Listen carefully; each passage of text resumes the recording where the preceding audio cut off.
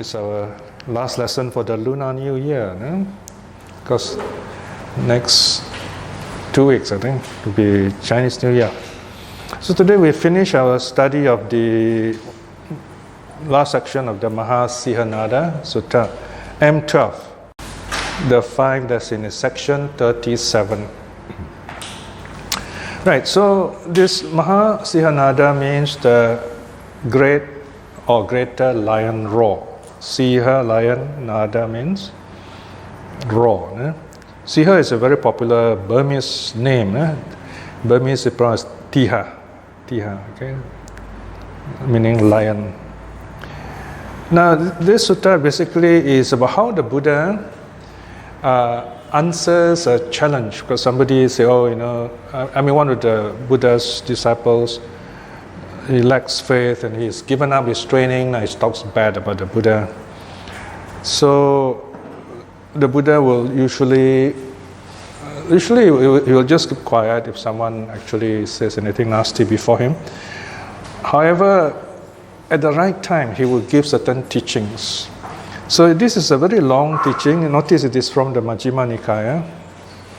Majjhima Nikaya means it's very likely this kind of teaching is for the monks. It's got some heavy stuff, so to speak, some important doctrines. Okay?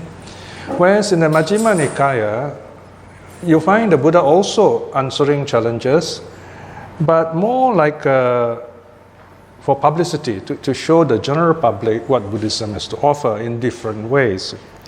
And Digha Nikaya suttas are very long.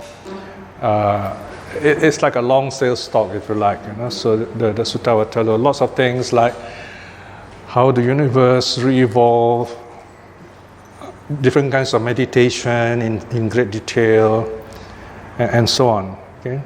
Whereas Majjhima Nikaya is a little bit more focused on the Dhamma. So here in the Maha Sihanada Sutta, you see the challenge that this person who left the order, Sunakata, he says, this Buddha is not really enlightened, he doesn't know anything. So the Buddha basically is being challenged. So he's saying, okay, these are the things I know, these are the things you should know. And he talks and this is one of those occasions he talks about himself. Later on, the last section, he'll talk about how he practiced some very strict practices and then he attained awakening. So in some ways, he's telling us what, as his follower, we should do or we need not do. There are certain things we need not do. For example, we don't have to leave home if we don't want to. We can practice as a lay person. We can practice as a family person. We can practice the Dhamma as a businessman. We can practice the Dhamma as a normal farmer even. In other words, basically as a lay person, it's possible. Okay.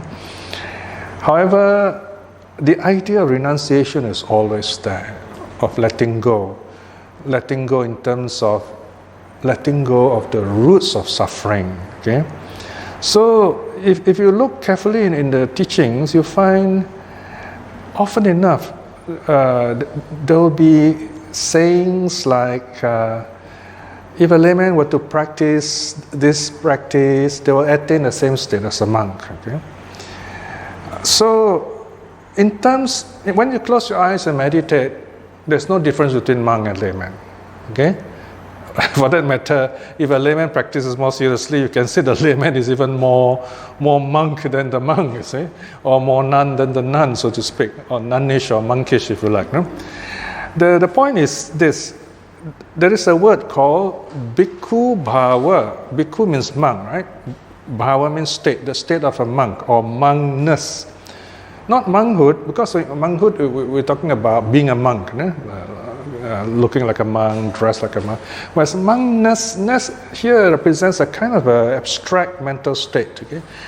The peaceful state, the renounced state of being a monk, what a monk should be. Not all monks have monkness, okay?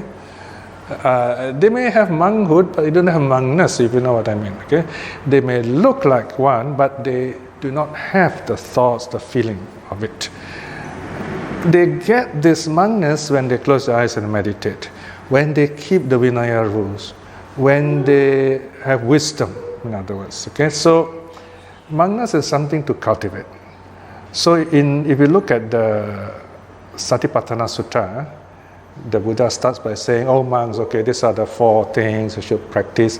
Then in the commentary, the Buddha says, the word monk here refers to anyone who meditates. Anyone, and lay people also. So here the Buddha is not talking about renounce means you must shave off your hair, change your clothes, wear robes, and things like that. That is the ideal way. If you become a monk or a nun and you follow the rules and you follow the practice, then you will go more smoothly, more quickly to attain what the Buddha has attained. It's the superhighway, the express method, in other words. That was the original idea of monkhood. So, on the other hand, if a lay person meditates, the lay person also will go to the same path. It's the same path. The Eightfold Path is the same path. Monks, nuns, laymen, laywomen all attain the same path. Okay. Right now, I'm translating. There's 2 connected suttas which talk about the conditions of conciliation, of cordiality, saraniya dhamma. Okay, so there are 2.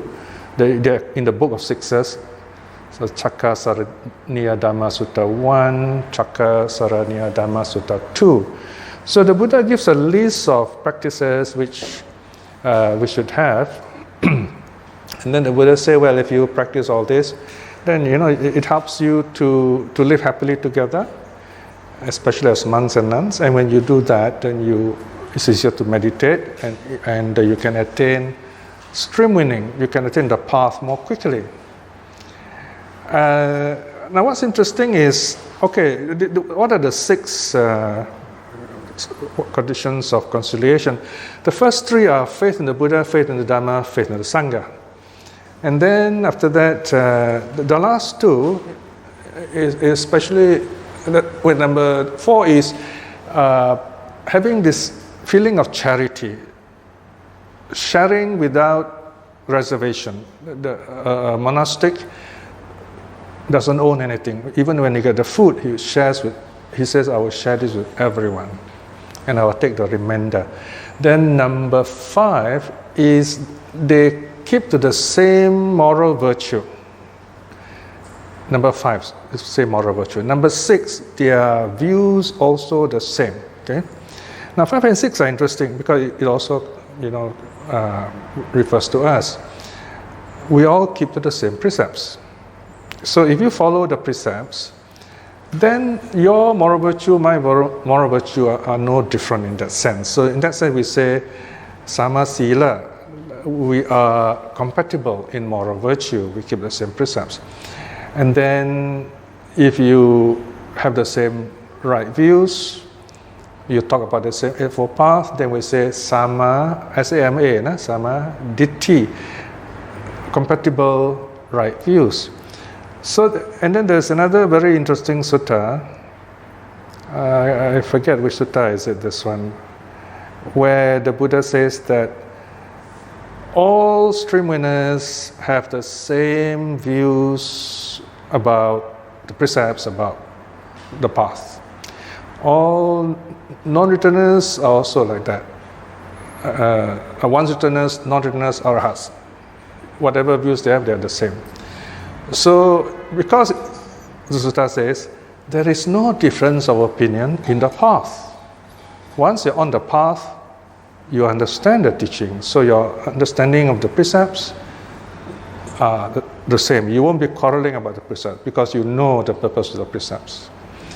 If you follow the path, you're on the path, you won't be quarreling about the views of Buddha, the views regarding Buddha's teaching, because your mind is clear, you know what it's about.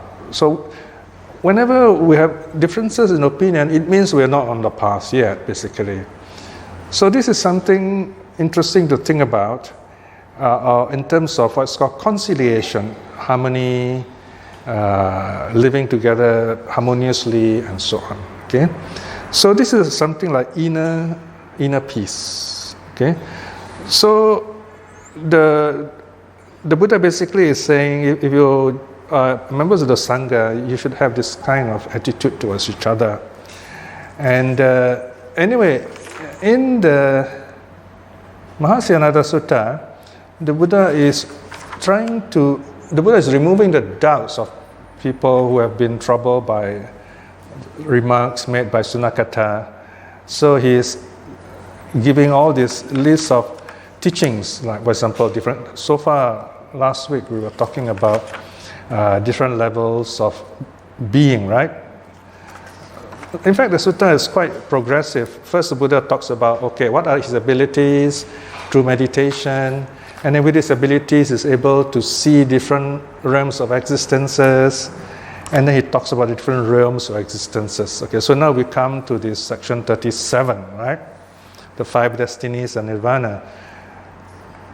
We often talk about the 4 suffering states, or the 5 destinies, sometimes 6 realms. Okay.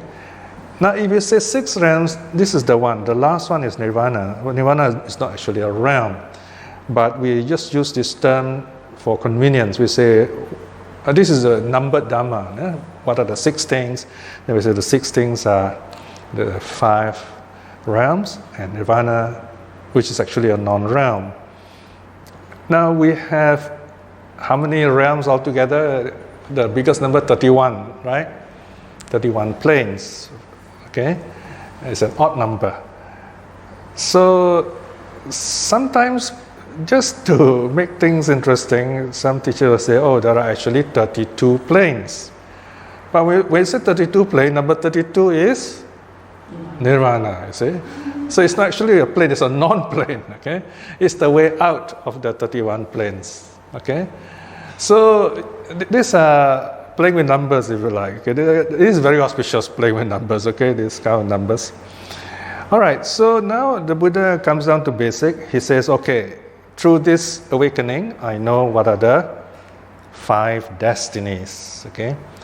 So here, the Buddha used the word gati, destiny. In other words, if you live in a certain way, this is where you will go, okay? Now let's look at this first, then I will explain further, section 37. Now you can look at the headings. I put in the headings, brackets 1, the hells, and then further down, number 2, the animal kingdom. And then you go further down still, brackets 3, the realm of the departed. And then 4, next page, humans. 5, the heavenly world. Is there number 6? 6 is the nirvana, okay, or arahathood. Okay, all right. So the Buddha first explains how he's able to know this kind of states. Look at section 37. So he's talking to Sariputta here. Okay, here Sariputta, by fully grasping a certain person's mind and with my own mind, I understand him thus. What's the Buddha talking about here? They say he looks at the person, he can read this person, what kind of mind he has. This person, having acted thus, having conducted himself thus, having taken such a path, with the body's breaking up after death, would reappear in a state of misery, a bad destination, a suffering state in hell. Okay? So, by looking now, how this person behaved, the Buddha will say, the way this person behaves, his mind will lead to that kind of very painful rebirth. Okay. Now, from what I gather, a lot of serious Dhamma teachers understand this as you have 2 aspects here. You have the body, that's our action and speech, and then you have the mind, right? So in this case, the Buddha says, okay, this person has a human body, yes. Okay, he's by definition a human.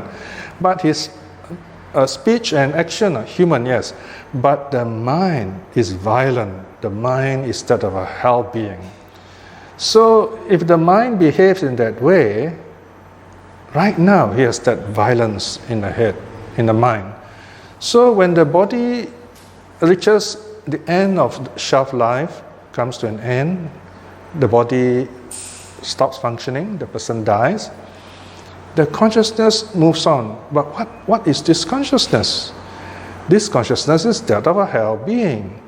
So this hell being mind moves on to the next life, will look for a hell being body, so to speak, or it will take that kind of form. Okay? So this is a very interesting, you might say, psychological interpretation of the realms.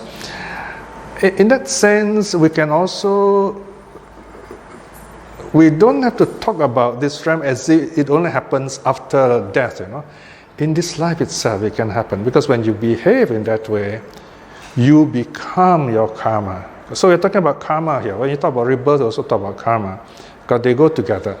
Karma is the fuel, the food that makes rebirth possible. So when someone thinks in that way, even now this person is a hell being, is very violent, right? So when he passes away, he will continue to be so, right? Then the Buddha says, okay, 37.2. Then later, with the divine eye that is purified and surpasses the human eye, saw that with the bodies breaking up after death, he had reappeared in a state of misery, a bad destination, a suffering state in hell, experiencing extremely painful, racking, piercing feelings. So here the Buddha says, after that, time passes, I can see this person is reborn in a suffering state. Of course, we don't have this ability right now, but this is where what the Buddha is saying, okay, this is how I know. I see it for myself, okay? So here you have cause, effect, okay? Right, so this kind of cause-effect situation in modern philosophy, we say this is a consequentialist nature of karma. Consequentialist, it means consequence. Cause-effect, right? So it says, okay, the Buddha said, I see now this person behave like this very badly. He dies, reborn in a suffering state. Then I'm able to see that too. So cause-effect, right? So this is not a very happy idea of karma, see? Whereas there's another set of karma called the 10 causes of action, right? You have three actions of the body: not to kill, not to steal, not to conduct, not to commit sexual misconduct. 4 of speech, right? And then last 3 is of the mind. So that one we practice basically the 5 precepts. All these are summarized in the 5 precepts. There is cause effect there, but we don't bother too much about the cause effect. We keep the precepts so that we are happy right now, so that we are good right now. And why do we keep the precepts? Because there are other people also, all right? And we keep the precepts with loving kindness, metta. So this one is called virtue ethics. We do it because it's good for us, it's good for others. Right? So that's the other aspect of karma, 2 aspects. No? So okay, now the Buddha has been given this idea of hell. Now he uses imagery, metaphor, okay? The ancient Indians love metaphor, a parable. So in the next session, what is hell like? 37.2. Suppose, Sariputta, there were a fiery coal pit, deeper than a man's height, about our height, but very deep, full of glowing coals, with neither heat nor smoke, with neither flame nor smoke, rather. In other words, very hot, okay, glowing. And then a man, scorched and exhausted by hot weather, weary, parched and thirsty, came by a one-way path leading directly to that same fiery coal pit. Then a man with good sight, on seeing him, would say, this person, having acted thus, having conducted himself thus, having taken such a path, will come to this same fiery coal pit. Okay, so here the Buddha is saying, here's a man walking on a very hot day, and he's heading towards this place where there's very hot charcoal. Now, I've seen this for myself, by the way. In our kampong in Malacca, every year they will make this pit, and it's all hot charcoal. And of course, this is a fire walking ceremony. They will run across it, and some of my friends will participate also. They got to get themselves into a religious state. So when they run, they don't feel the heat, right? So, there's this man with good eyes. He sees the man walking, hot day. He's walking towards this very hot, cold pit. Then he sees the man feeling the heat, right? And then later he sees that he has fallen into the fire pit, experiencing entirely painful, racking, piercing pain, right? So this man can see this poor man who's traveling, who's walking and fallen into the pit and suffering pain. So he can see it. So in other words, here the Buddha is talking about something he himself has seen, right? So it says the hell beings are like that. They suffer this very uncomfortable kind of pain. Now notice here that the main idea of discomfort is heat, fire. So, but basically it's violence. It's not just heat, it's also violence, okay? Okay, next one is the animal world, brackets 2. Here Sariputta, by fully grasping a certain person's mind with my own mind, I understand him thus. So by the Buddha reads the person's mind, it says this person acting in this way behaves like an animal.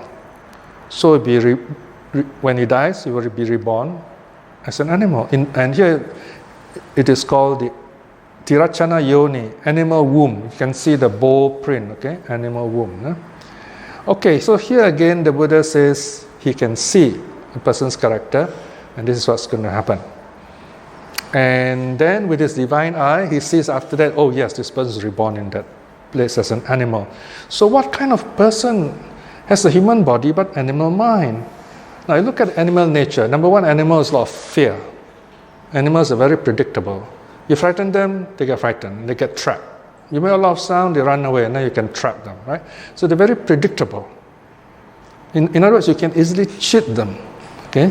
So how do we overcome this weakness? By wisdom. Okay, so if you have wisdom, you overcome this animal aspect full of fear and predictability. Number two, what do animals do?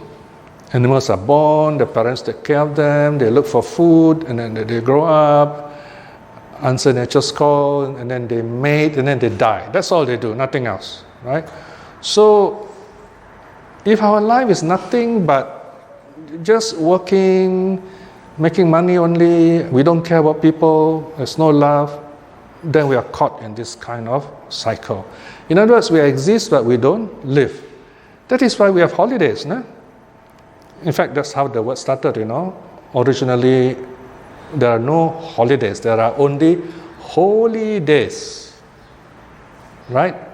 Now, the English have a way of what they call mangling their language. So they keep saying holidays, then became holiday. Okay? Holiday means...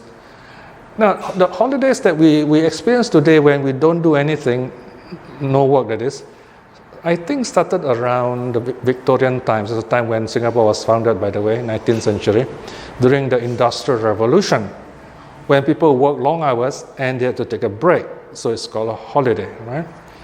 Otherwise, like in Thailand today, full moon, new moon days is a holiday as well as a holy day. Okay? So people take a break to do something they enjoy doing. Go to the temple, sit peacefully, meditate like that. So in other words here, as human beings, there are often things that we do which we enjoy. We don't do for money, we don't do for anything else except we enjoy doing it, we love doing it, like taking care of each other, visiting relatives, doing things that you enjoy, going for a rest, going for a nature walk, going for meditation like that. Okay, basically knowing how to basically be yourself, be happy. Okay, so someone who has an animal mind also doesn't like to learn, because they think that, oh, this is enough. Okay, but as humans, now this is very interesting, because in English we use the word human. Okay, and the scientific name for human is Homo sapiens. Now, sapiens means to think, okay? To think, or wise. Sapiens means wise, all right? So the idea of human beings is that they are wise. So in other words, we learn, okay? So this learning aspect is very important among humans. Right now, as you sit here, as you learn all these things, you are human, in other words, okay? So learning aspect is very important. To learn means to change. To learn means to get rid of fear, to overcome ignorance, to know how to be happy. That's the meaning. Eh? So notice, animals are predictable, they're full of fear, and they don't like learning. Okay? So if you like learning, that's very good. Then wisdom will come. Now, then the Buddha says, okay, what kind of situation is an animal? So he uses the parable of the cesspool. Oh, this is quite a smelly parable. Huh? You see, in ancient India, they don't have toilets like ours, you know. They dig a big hole somewhere in a corner, and then all the refuse will go there. So you have to be careful when you walk at night. You might fall into this cesspool. It will be terrible. All right? In other words, it's an uncovered toilet. Nowadays, it's all covered up, you see. But in ancient India, it's not covered up. I think in some parts of the world, even probably in some remote areas of China or some other countries, Africa, you find there are this kind of cesspools. So here the Buddha says, 38.3, suppose Sariputta, there were a cesspool deeper than a man's height. Now remember, just now earlier is a fiery coal pit. Eh?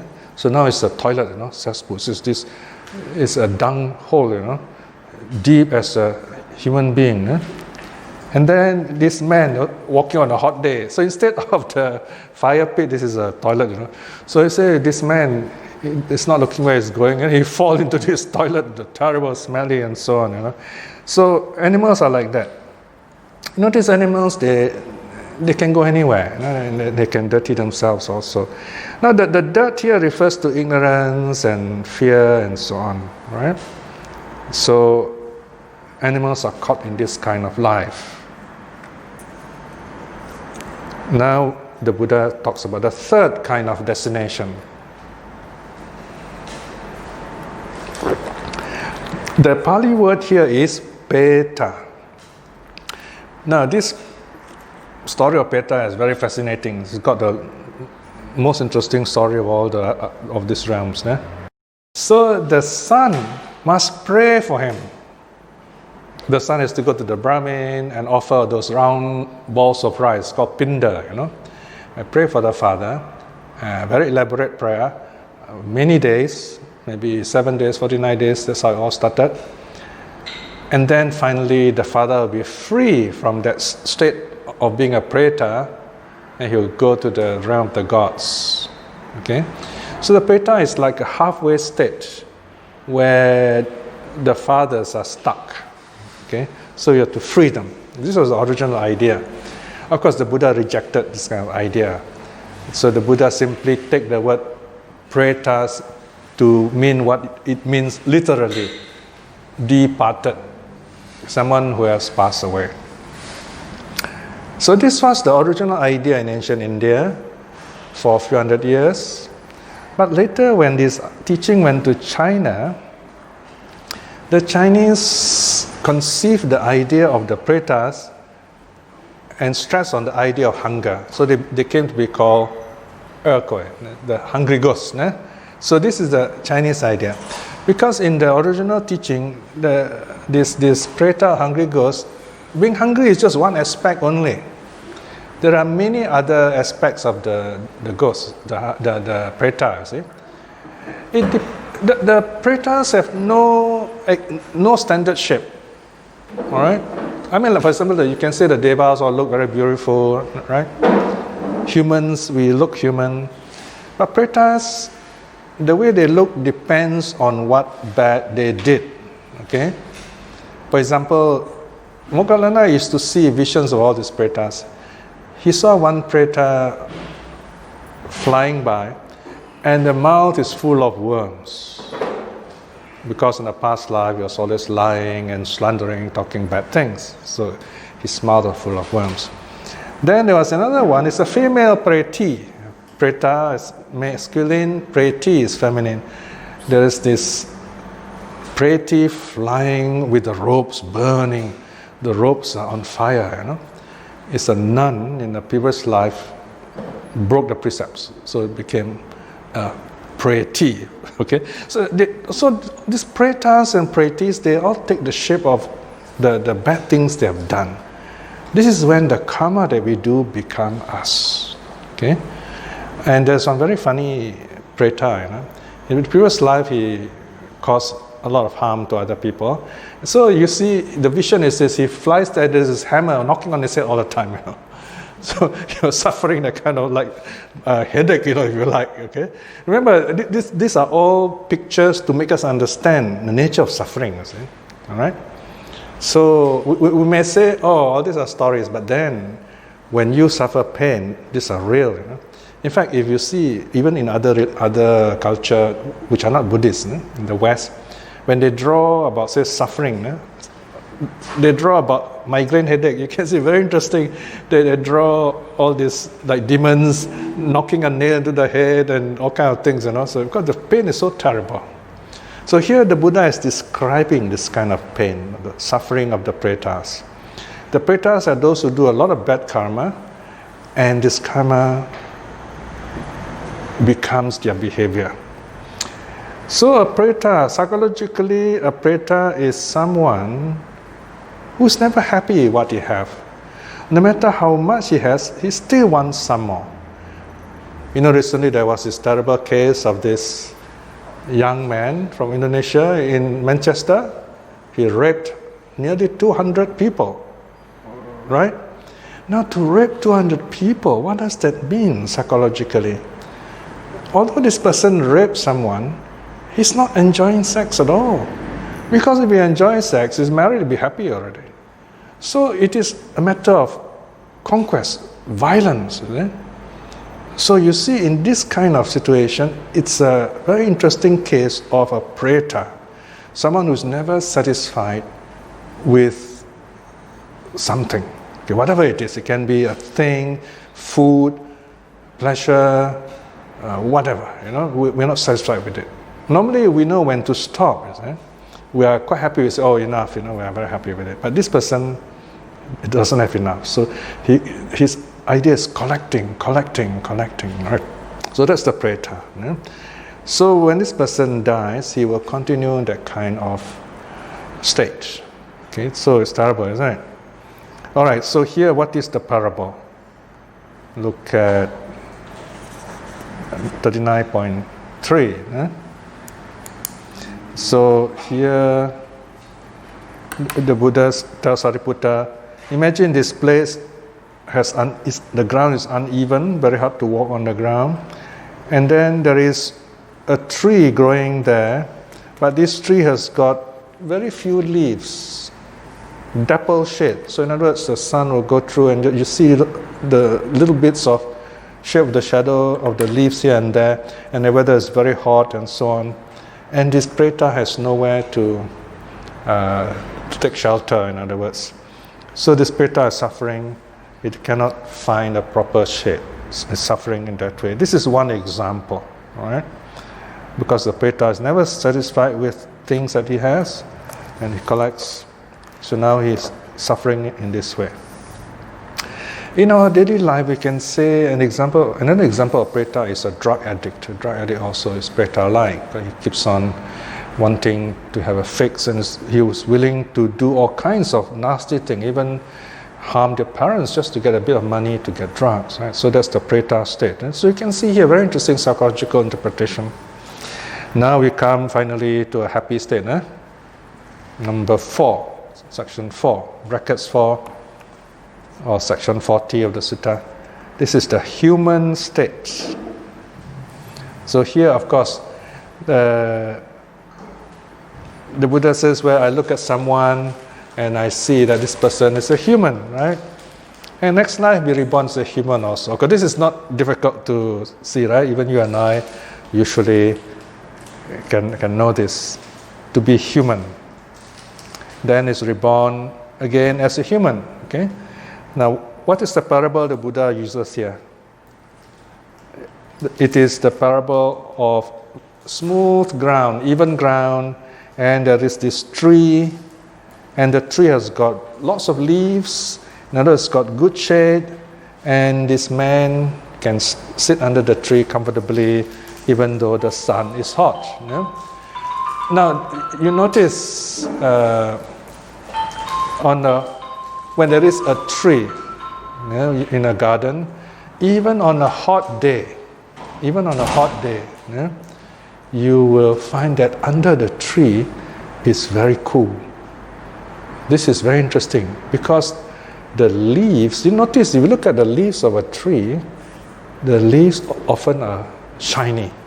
So in hot countries, no? The tree will deflect the heat, so that under the tree is often very cool. So the human being is is happy sitting under the tree, right? So what does this mean?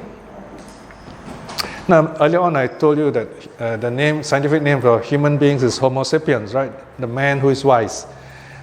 To be human means the ability and willingness to learn. This is the special quality of humans. We can evolve, okay? In other words, human is like a middle stage, you know. You can go up, you can go down, okay? Depending on your behavior, on your conduct.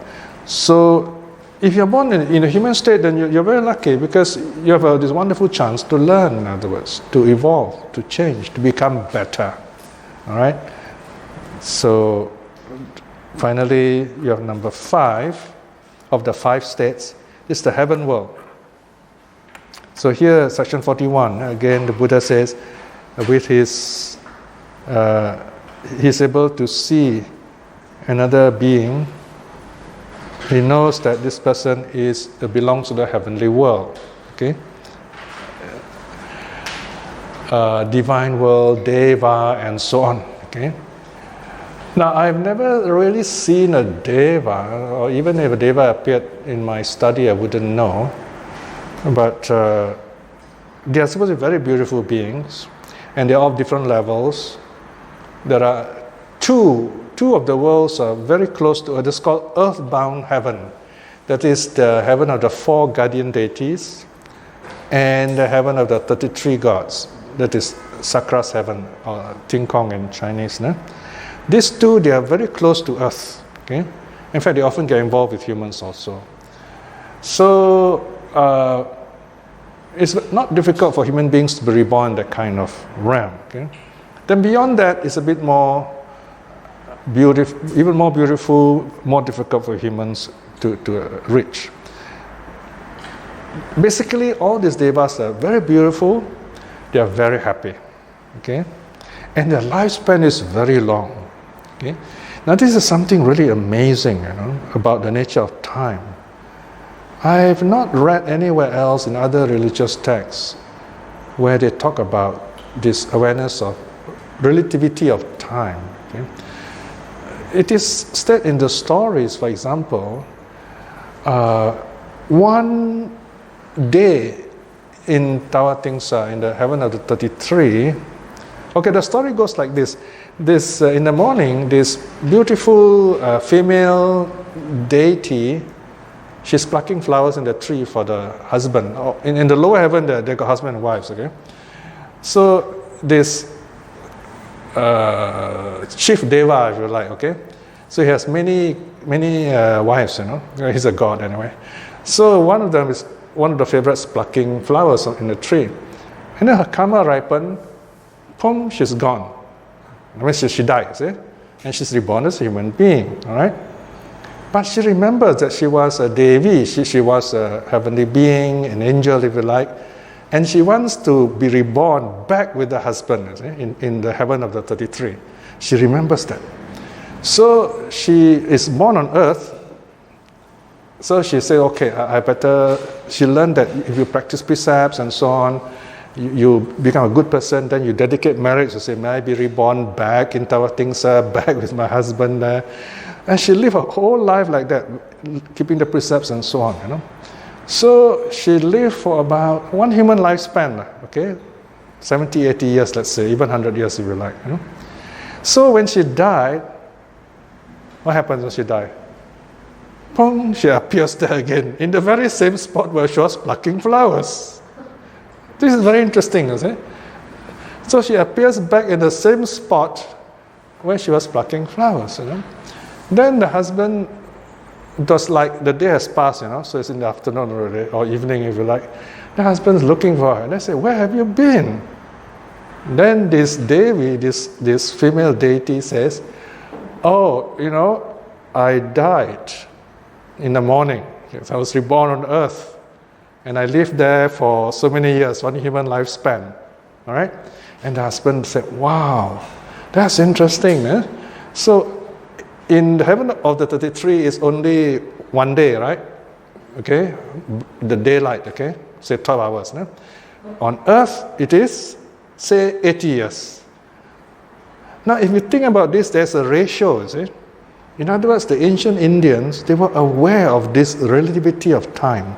In different places, you have different time scale. Now, you don't see this kind of story in other religions, but this is found in Buddhism. Anyway, the purpose of the story is this. So the Deva husband says, wow, human lifespan, 80 years, 100 years, it's not very long. It's just about half a day in our heaven, And look at all these people, they're not doing good, they're wasting their time, right? They should be, if their life is so short, they should be doing good and then, don't get into all this suffering state. So this is a beautiful lesson reminding us that although our lifespan will be 100 years, it's not very long. Time flies, So, they used to say if you're a baby, time crawls, Then if you're a boy, time walks, and then if you're a strong man, time runs, and then when you're very old, time crawls again. Everything slows down. So this is a story where it's reminding us time is always running. So this is the Deva world anyway. Basically, they're happy, they are enjoying themselves, but there's a very interesting teaching by the Buddha here. Almost all devas, when they die, they will go straight to hell. They'll fall into the suffering states. It's like you play Monopoly. You fall in one of the corners, say, go to jail. Something like that, Or snake and ladders, you land in the snake's mouth, you go zap down, back to zero, back to one, Why is that so? Because devas, they will know when they're going to die. There are signs, according to the tradition. For example, they notice their brightness is becoming weaker. It's like a light bulb, not strong already. It starts flickering, something like that, all right? And then they also begin to smell, They are not so nice smelling. Armpit especially smell. And they begin to sweat a bit more. Their brightness becomes less. And they get angry more easily. So they know they're going to die. And when they know they're going to die, they say, oh no, I'm going to miss all these wonderful things, So they are very unhappy. So when they die unhappy, they go into the suffering stage. However, if they are good Buddhists or they are saints, they know impermanence, They understand, so they know, say, okay, my time is coming, so they're very calm. They will still they can be reborn in the heavens or they are reborn in the human state, but they are never born below the human state. So it's very important for us as humans never to fall below the human state. As human beings, we should never behave like a hell being. right? Don't be violent with your neighbors. You know, Singapore is becoming crowded. Recently there was this article about neighbor upstairs making so much noise, neighbor downstairs suffering. Take them to court, they won't go to court, and so much problems, you know. Now that kind of violence is not very helpful. The helping violence, you know? So we got to learn to live together. We should not behave like pretas, getting caught up with wanting more and more and never really being happy. We should not behave like animals, not wanting to learn, right? Sometimes asura is added in. Asura is the exploitative boss, the someone who simply use people, cheat people. You know? And also, being devas is not that great. You go for a long holiday, you enjoy it. At the end of the holiday, you say, oh dear, now got to pay back the money, you see. So you become unhappy. You know? You notice after a long holiday, you come back home, usually you're not very happy. Right? It's like sudden back, oh no, I've got to go back to my old routine, something like that. So human state is the best state. All right? And when you keep the 5 precepts, you make sure that you remain in the human state, you're happy. The 5 precepts protect you, keep your mind happy, calm, so that you are human. Okay? So being human is your best way to reach the path of awakening. Yeah? So, okay, those here, okay, there is a parable here for the heavens. Have I read the parable for the human just now? Did I read the parable for the human? Read, okay. So the parable for the heavens, the heavenly world is like a beautiful mansion, a nice house. And this house, the windows are all closed. Why the windows closed? Because in ancient India, the roads are very dusty. You don't have this kind of tarmac road. And it can be very warm, so windows are closed. So inside is very comfortable. And then the Sutta will say, oh, there are lots of nice cushions and so on and so forth. So heaven is like that, very comfortable, peaceful place, right? And then finally there's a way out of all this. The Buddha says you can free yourself from all this cycle of happy and unhappy state.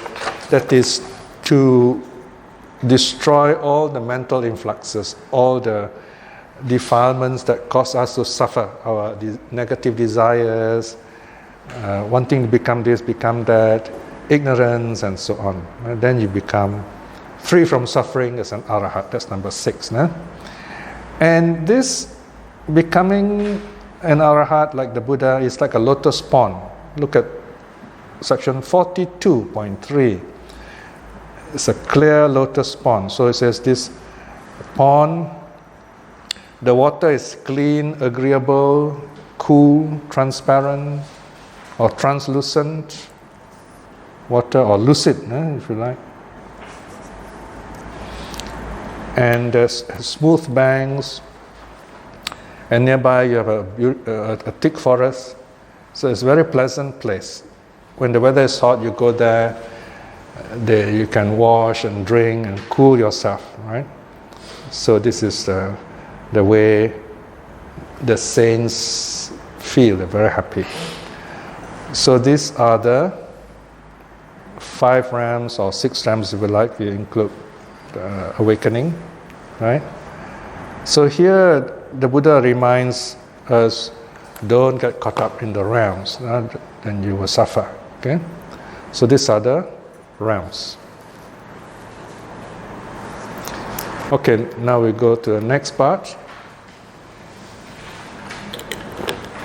This is the last part, okay, where the Buddha talks about the various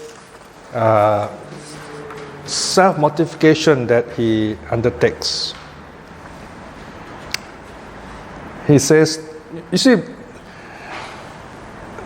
as a recluse, the Buddha went through all kinds of practices. He has to do all those things so that when he teaches, other people can ask him any question. He says, yes, I've done all this, I know what it's like.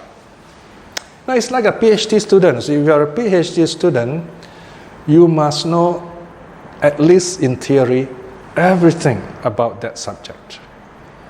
So here the Buddha's PhD is in suffering. The Buddha knows everything about suffering.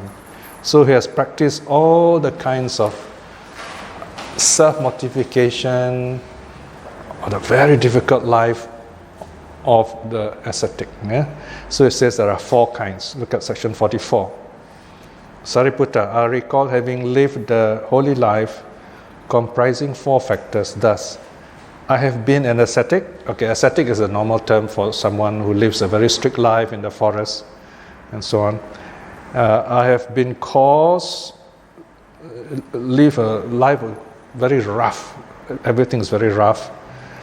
Scrupulous, supremely scrupulous, jegucha.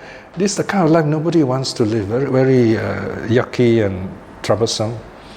I have been secluded. I live all alone by myself. So these are 4. Then the Buddha describes all the 4. Okay, so we'll just summarize this.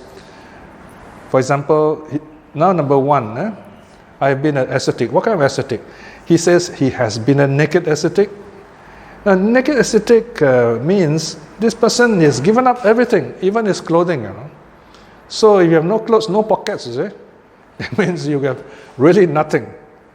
Now, we all, modern time, we say naked ascetic, we think of funny things. Actually, this naked ascetic, they rub themselves with ash, you know. So they look all white, and they look very scary. You know? And they're very deeply respected. Even today, there are such ascetics.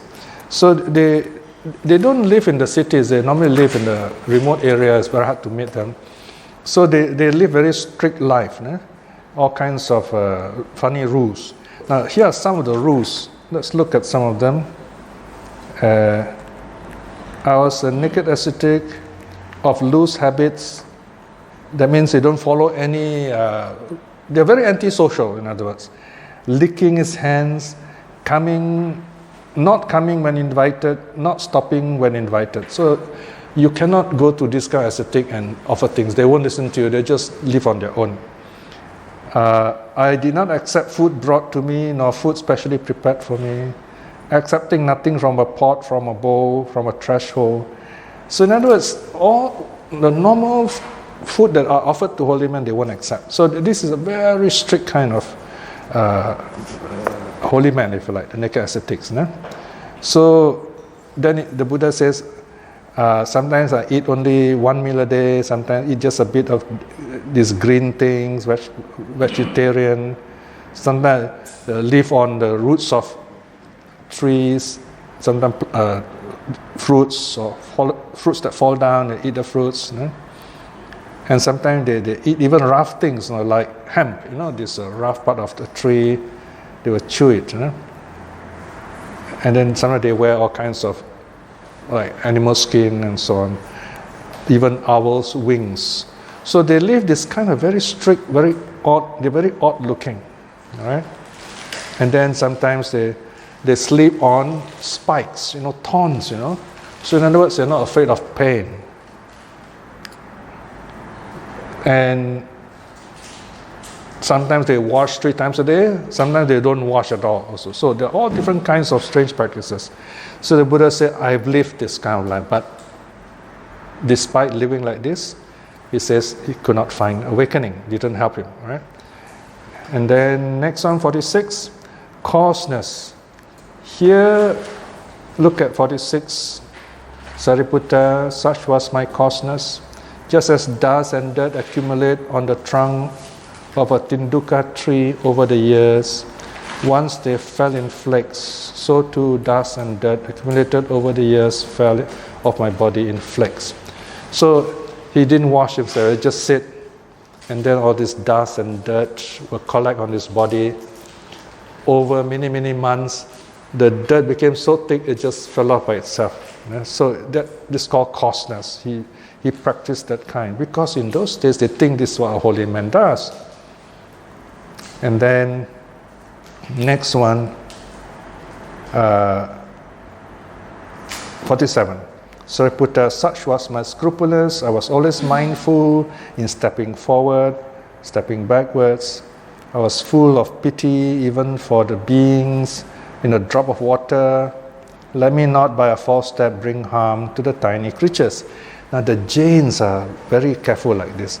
So it's very careful not to hurt any living beings. So he also kept this kind of practice. Now what I like is the next one, number 48. Sariputta, such was my seclusion. I would plunge into some forest dwelling, and when I saw a cowherd or a shepherd or someone gathering grass or someone gathering sticks or someone gathering forest products as food, I would flee from grove to grove, from thicket to thicket, from valley to valley, from hill to hill. Why is that? I thought, let them not see me. Let me not see them. Just as a wild deer on seeing humans flees from grove to grove, from thicket to thicket, from valley to valley, from hill to hill. So in other words, he lived this really remote, all alone by himself. So he tried this also. He tried all these different methods. No? And in 49, he even, there's some holy men who even eat cow dung. Cow dung is just grass, you see. So he even tried that, but not very helpful. Okay. Then 50, this is a bit very tough practice, this one, number 50.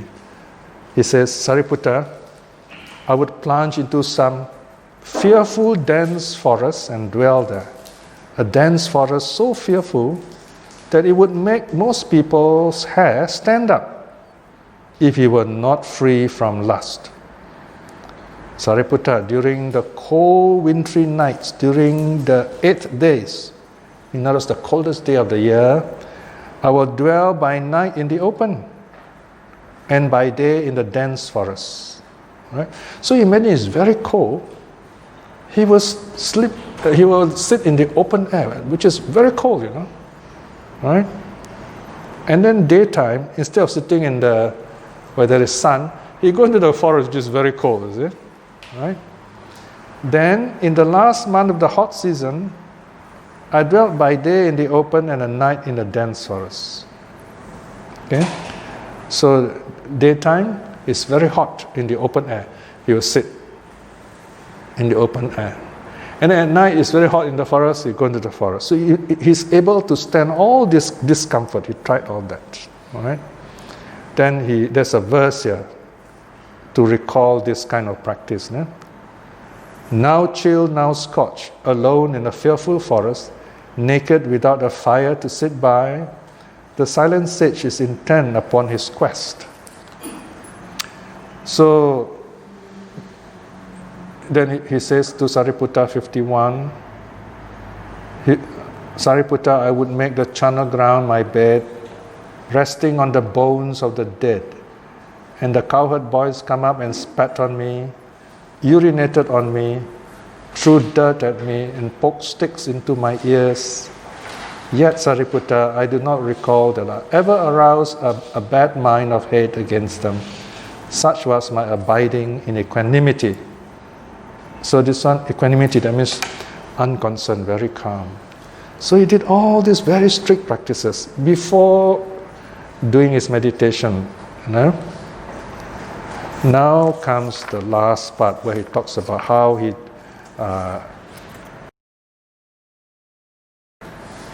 cut down on food. I will summarize this one. So you can see, he says he cuts down his food. He takes only one jujuk fruit, one little fruit on it, all right? Just one fruit. And sometimes he only take the powder. Sometimes he will mix it with water, right? Or mix the fruit with other things. That's all. Very strict. So imagine it's very thin, Now comes the famous passage 52.3. Because of eating so little, my limbs became like the joints of the vine stem or bamboo stem. It looks like bamboo, very thin. My backside became like a buffalo's or camel's hoof. Camel's footprint, very small. The projections of my spine stood up like corded beads, like the spine all can be seen backward. My ribs jutted out like the crazy rafters of the old broken shed. You know, the ceiling, all those rafters, they look like ribs. The gleam of my eyes sunk deep down into the sockets, looking like the gleam of water gone far down in a deep well. In my scalp means the skin of the head, shriveled and withered. The green bitter god, just as like the bitter god, the green bitter god shrivels and withers in the wind and sun. When, Sariputta, I thought I would touch the skin of my belly, I took hold of my backbone. In other words, his stomach has gone in, you know. He didn't take food. So when you touch the stomach, you can feel the backbone. Okay? So, here I don't have the picture, but in another book there's a picture. You know? So, this is the very famous picture. I mean, you can see this ascetic, very thin, very all bones. Then next, 53, he says, okay, I take only one bean, maybe crush the bean, take the powder only. Okay? And then same thing, became very thin. Then further down, 54, he takes only one sesame seed. You know, sesame seed is very small, you know. Now, you may ask yourself, is it possible for a person to live like this? Well, you must remember who is talking here. The Buddha, even at this time, he is what is called a yogi. Yogi, that means he does all this meditation and practices, but he's able to meditate very well, although he's not awakened yet, right? So, because of that, he doesn't need much food. But of course, the body is affected. And then 55, he takes rice, but only 1 grain or a few grains only. Somebody takes the powder. Somebody drinks the liquid of rice. A single rice grain a day. Can you imagine how thin it becomes? Eh? So he says, because he ate so little, this is what happens. So he went on like that. Now, okay, let's go on a bit more.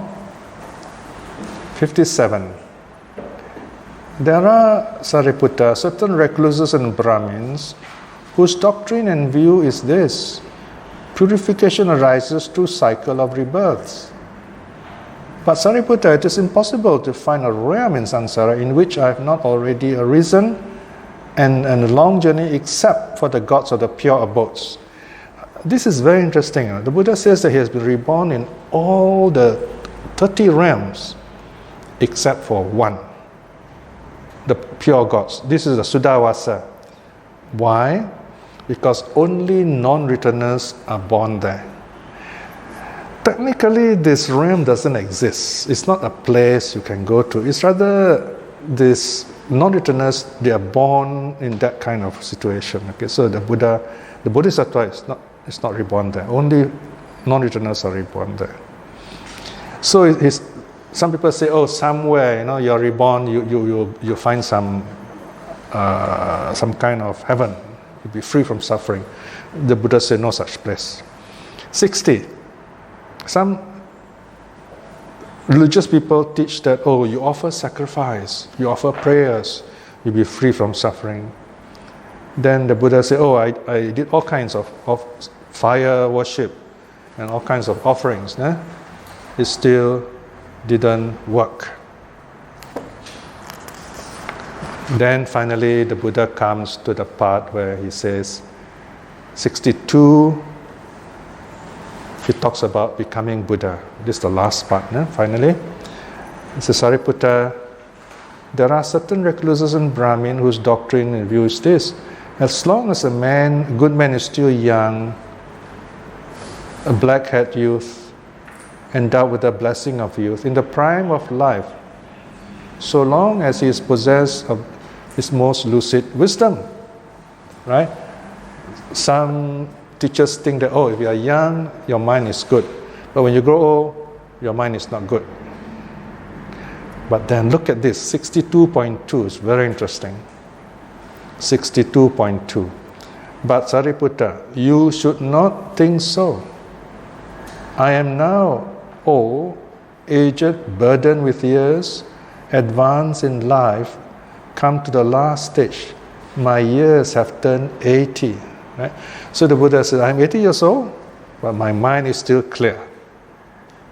So this is the final statement, so to speak. Is because remember, Sunakata is blaming the Buddha. Says, this Buddha is old already, his teachings are not clear and so on. The Buddha said, no, my mind's still clear. And we also know from this line when the Buddha taught the sutta, right? This is in the last year of his life, so around when he was very old, 80 years old. No? So look at 62.4. It says, you can ask me any question. You can ask me again and again about the 4 focuses of mindfulness, and I can answer you as long as you like.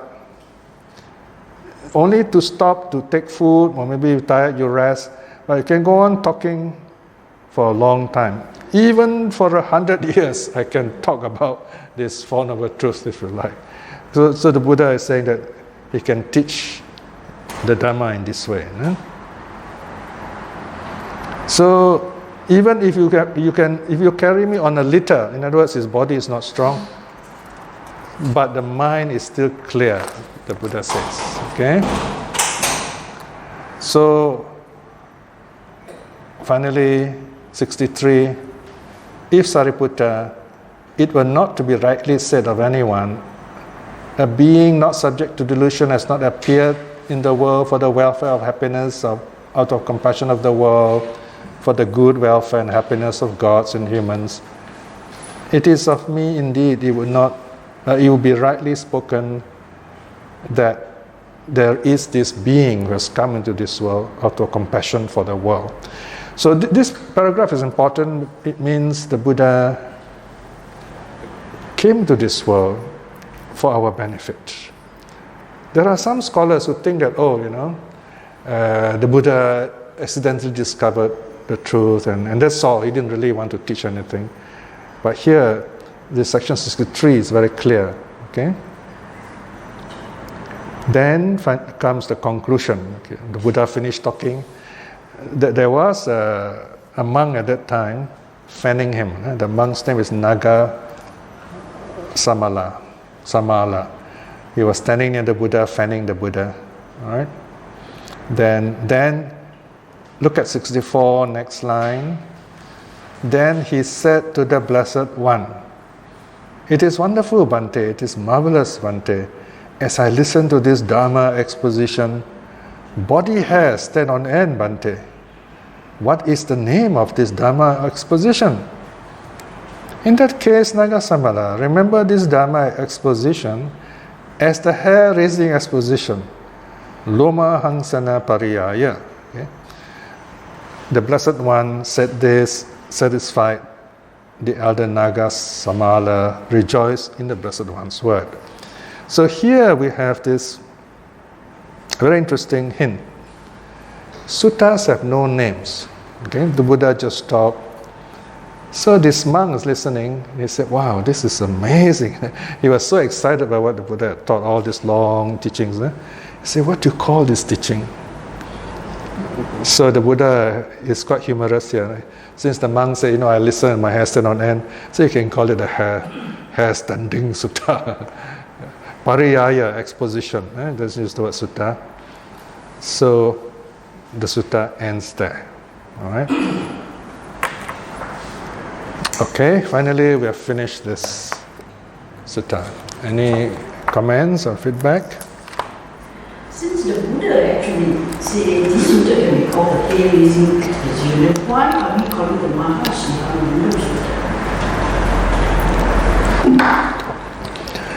The Buddha calls it pariyaya. Pariyaya simply means exposition.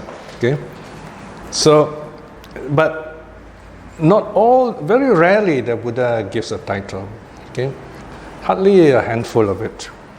So what the monk editors did in the first council was they often summarize the headings, they will give certain keywords for each sutta so that they remember these are the suttas, teachings recited. So what the later sutta scholars, students like myself, we look at the end of each chapter where you have a summary. It's called the title summary, and from there you get the name of those suttas. So not all suttas have names. In fact, it's very rarely such names are given. Another interesting point we should note is that the Buddha is answering Nāga samāla's question and saying that he can remember this as a hair-raising exposition, but sutta is not mentioned. So it's a special response to Nāga samāla, if you like. Of course, you can call it the hair-raising exposition if you like. It will still be valid. You can still refer to M12. We use special sutta names so that we can quickly locate the suttas. That's the idea. Okay. Any other comments or feedback? Here, when we talk about rebirth into one of the realms, is it possible when you are reborn into another realm, let's say another human being, not an animal but a human being, can you know your past life in any way? There are cases. In fact, some scholars have tried to document such things. They found that usually this rebirth recall, they're done by children before 7. Beyond that, they forget. And they have tested. There are books, you can read up. There's someone from University of West Virginia. I think his research is still being carried on, though with less intensity as before. So they will interview children in India, Myanmar, and other places. So these children will say, okay, I was previously born in such a village, and then they take him there. Then the moment he reached the village, he knows where to go, and then he will say, under this tree I buried something. That's the first time he's been there, and they've actually found something there. It's something like reincarnation. Yes. And then he goes into the house and he calls an old woman by the name. He says, "This is my wife." And this is a little boy, he points to the old woman and says, "This is my wife." Apparently there's one case in Australia, Uh-huh. a old girl. Yeah, this is possible. Of course, people say she's a reincarnation of Princess Diana. oh, really? Yeah. Interesting. All right. Of course, ultimately, we won't really know exactly, okay? But it's possible. But if you were born as a deva, reborn as a deva, can you look back as a deva? Yeah, a deva is more likely to know what he or she was before. He or she appears only, what they call it, only refers to the lower gods. Beyond that, they are pure mental states, so there's no physical body already. Yeah, normally they will know their past lives. And some people say that in the present life, if you are able to do very, very deep meditation, you can see. Yeah, that's possible too. In the Brahmajala Sutta, the very first sutta of in the Digha Nikaya, the Buddha mentioned different kinds of meditators. They only can remember up to so many lives back, whereas the Buddha can go very, very far back. So some people only remember one life, some 100 lives, 1,000 lives, Some a bit more, but somehow they cannot go too far back. But the Buddha could go very far back as he wants. And from there he could see how, it's like going to a time machine. If you saw the time machine movie, the machine goes back in time and you see everything changing backwards, So he's able to notice all that and then make sense of it. So he says that some of these people, they can recall these past lives, but then only up to a certain point. So they think that, oh, okay, this universe is finite to an extent, it lasts so much, and then this God arises, so he must be the creator because he's the only one there. So he explains how all these views about God idea and so on arise, because their experience of past life is limited to that number. Because if he goes even beyond that, you see in the cycle of the universe, all the beings arising, dying, so even these gods also, they don't last forever. So he goes very far back to talk about the cycle of rebirth, not just rebirth of one being. So it is a very fascinating idea when you study this teaching on rebirth, the many possibilities. Okay. Any other questions? Okay, so our next lesson will be the first lesson of next year, the year of the rat. Okay. Yes? Yeah? Actually, my father asked a question. Okay, sure. He asked how to let go. Let go? How to let go. Of what? Like hatred. Oh, okay. Oh, very good question. Okay, very simple. You just tell him these steps. So number one, so first of all, sit quietly, very peacefully. Okay, don't watch any TV show or anything. Sit peacefully, quietly, especially in early morning or anytime, very quiet. And then you tell yourself, okay, what is this hatred? Okay, you accept it. You say, okay, I don't like someone or something, whatever. Accept it as it is. Okay, don't say, oh no, I don't have it. Then you won't know it. See? You take it like that. Watch it. In other words, you don't feed it, but you watch it. It's like anger. You're angry. You stop. You watch it. Normally, when we're angry, what do? We think of all the bad things about this person. We become more angry, and then the anger becomes violence, and then we can't stop already. That's bad. That is called feeding the anger. Don't feed the thought. So letting go is the opposite of feeding. Don't give food. You take back. So number one, observe the anger. Accept the anger. This is hatred. Okay, you can say that word. This is hatred. So you need to say, wow, this hatred, the feeling is not good. You can feel inside you, not good. Okay, this is hatred. It is not good. I don't feel good about this. Okay? If you say good, then you're in trouble. You cannot say that, you see, right? You must say, because you feel, it's not good. Heartbeat go up or blood pressure go up. Oh, it's not good. Acknowledge, say, yes, this is hatred. I don't like it. I don't want this hatred. So number two is disown the hatred. Don't own hatred. Don't say I, me, mine. That's number two. Okay? So if you do that regularly, I'm letting go of this. These two steps are very important. Acknowledge, let go. If you don't acknowledge, you cannot let go. Okay? You try these two steps first.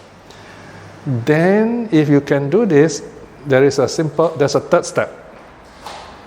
Third step, you think of this person, especially if the person is in the family, then you think of all the good things the person has done. Because people, we choose, there's so many good things, bad things, so then we choose a negative thing, then we're not happy. But then there are also good things the person has done, so you direct your mind to the good things. Don't think about the bad things. Then you find you can accept this person better. So you go on thinking of the good thing. That is called metta, loving kindness. That's the third step.